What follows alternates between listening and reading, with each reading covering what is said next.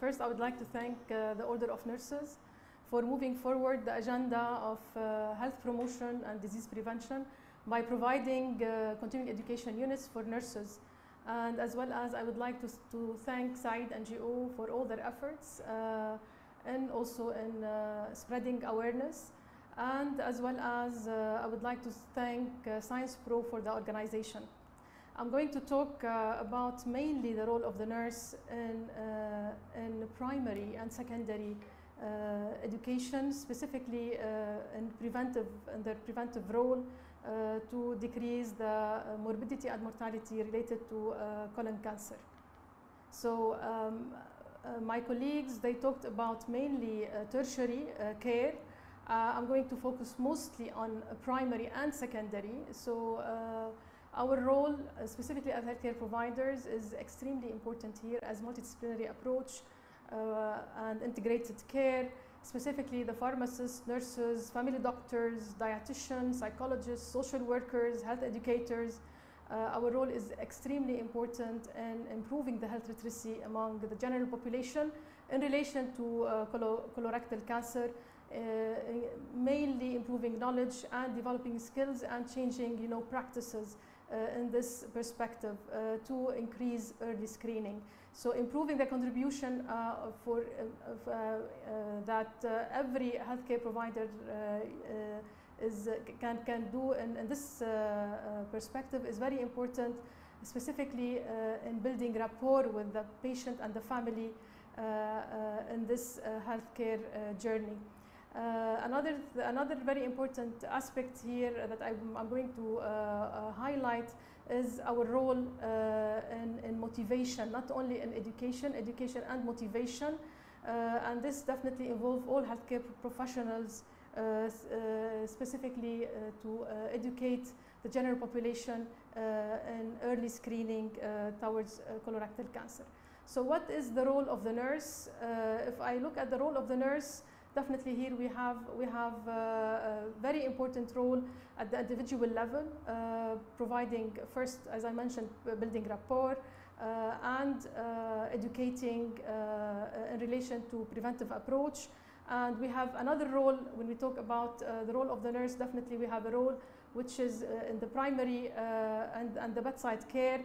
So also we have the group approach where we can give lots of education sessions in this perspective and discuss this topic whenever we are in contact with individuals or families. And we have another third role that is in relation to mass approach, where we can also spread awareness and knowledge in the social media or in the different media. I want to highlight the burden of the disease.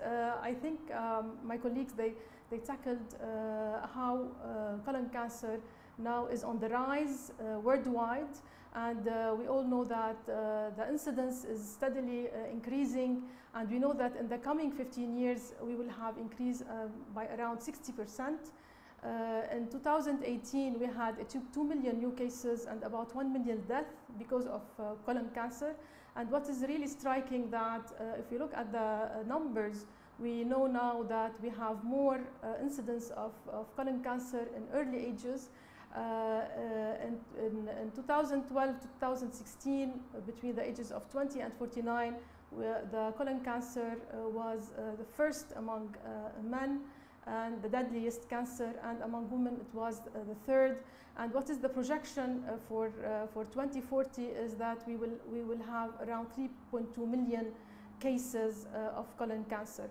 But what is good about it, that it's preventable, treatable, specifically when it's discovered in early stages. So if you look at the 5-year survival rate from colorectal cancer, and if it's detected in the stage 1, we know that the survival is around 90%, opposed to 12% if detected at a later stage, where we talk about stage 3 or stage 4.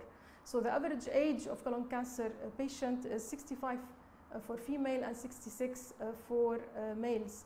My colleague as well, Dr. Therese, she talked about the distribution of colon cancer around the world, but I wanted to highlight that it's around 10%. If you look at the numbers here, we have estimated number of new cancer cases in 2020 worldwide. It was around 10%, and the estimated number of cancer-related death also is around as well 9.3%. So the burden of disease, if you look in Lebanon specifically, we have more than 80% of the detected cases are in advanced stages. We mean stage 3 or 4. And definitely we know that the patients, they don't have symptoms unless they are in advanced stages. So if you look at the advanced stages, what are the symptoms? And this is very important to be talked about between the general population, specifically among healthcare providers when they discuss this disease with the patient, regardless if they are coming for, let's say, for symptoms, having symptoms or not. But whenever we tackle any health-related topic, specifically in disease prevention, we have to talk about what might be some of the symptoms, and specifically in relation to colon cancer. So we know that we will have definitely change in the normal activity of the intestine, including changes in bowel habits like stool size, frequency.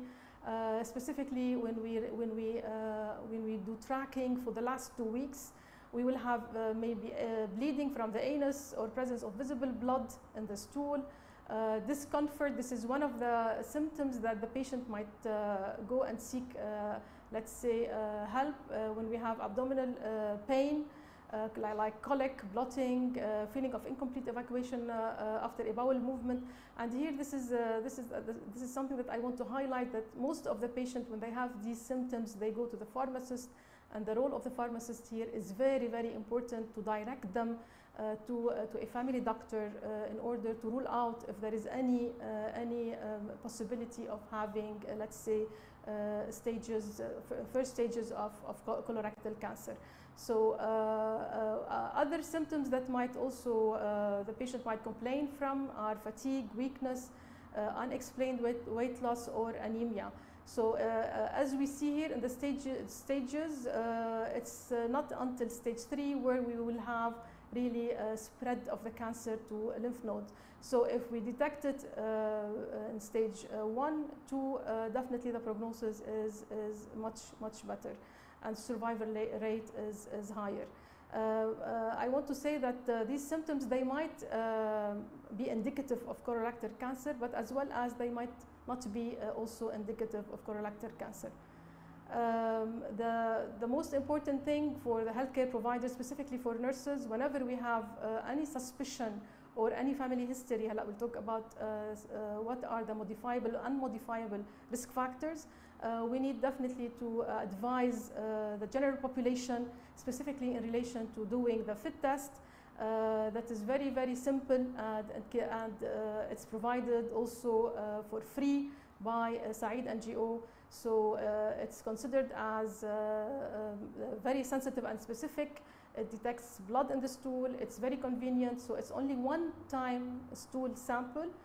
We don't need to have any dietary restriction. It's performed annually. And definitely, if the test is positive, we need to follow with a colonoscopy.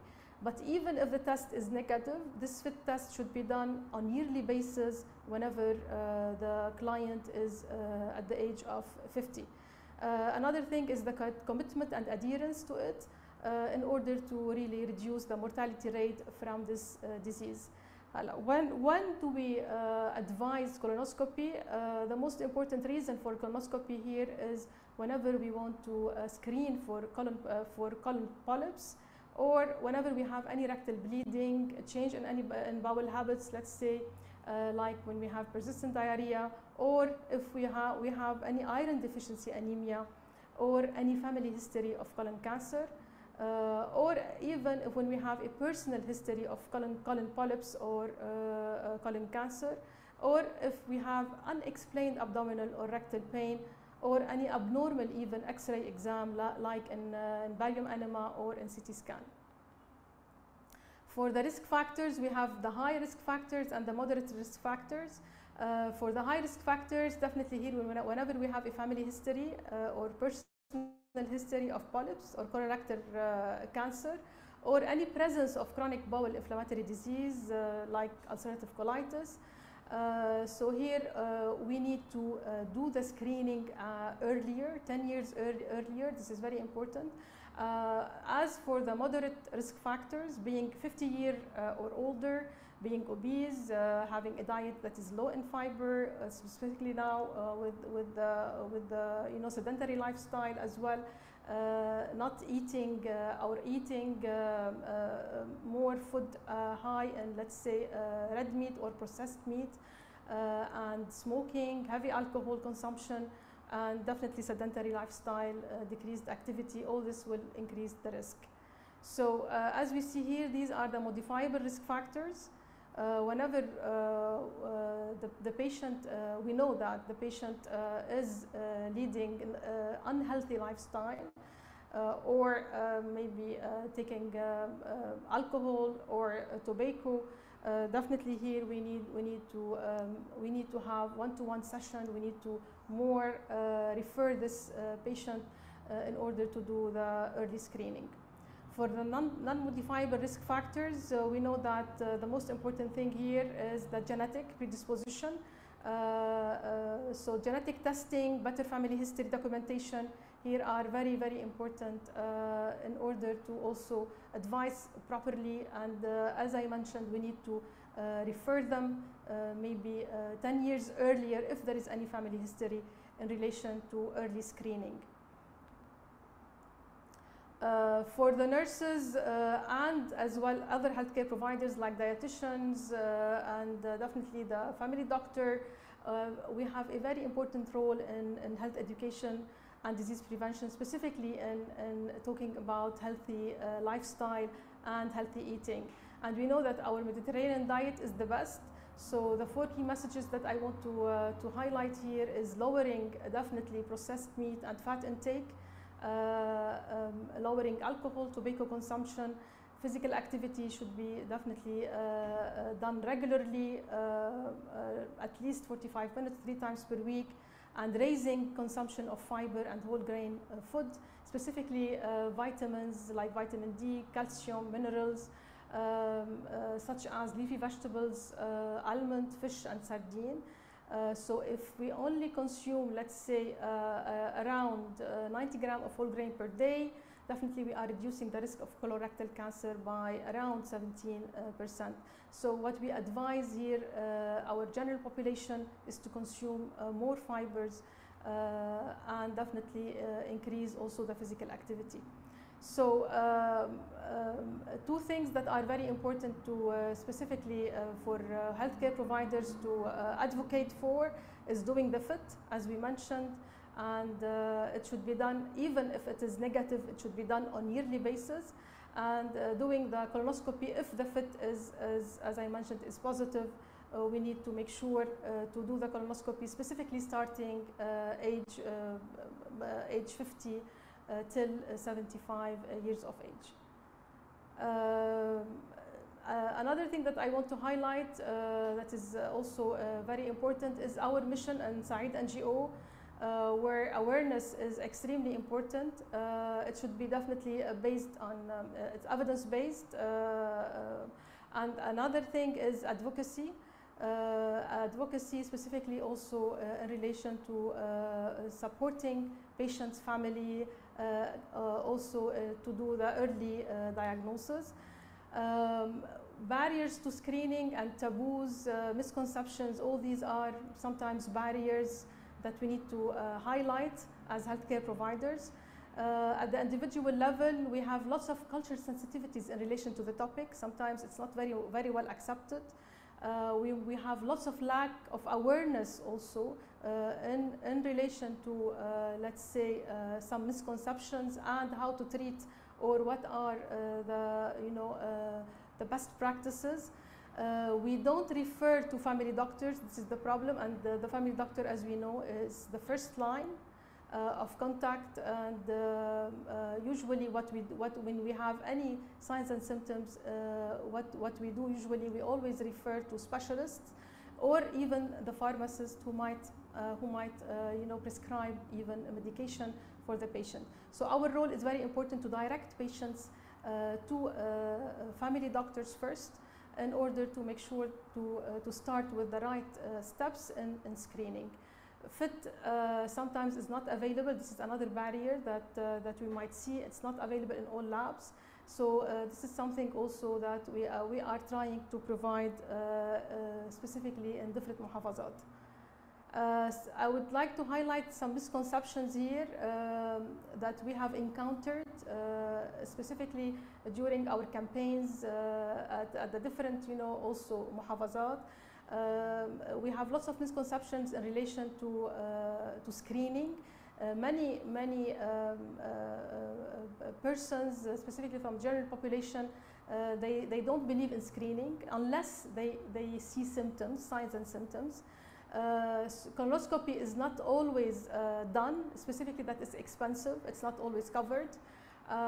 Another thing, they believe in fatalism, and there is nothing I can do about colorectal cancer. If it happens to me, nothing can be done. Another also misconception is that having polyps of the colon or rectum, that means that I have cancer and I need surgery. These are some of the misconceptions that we need to talk about them, we need to discuss them, we need to do conversations around it as healthcare providers with the patients, with the families, and grabbing any opportunity whenever we have any encounter to talk about it.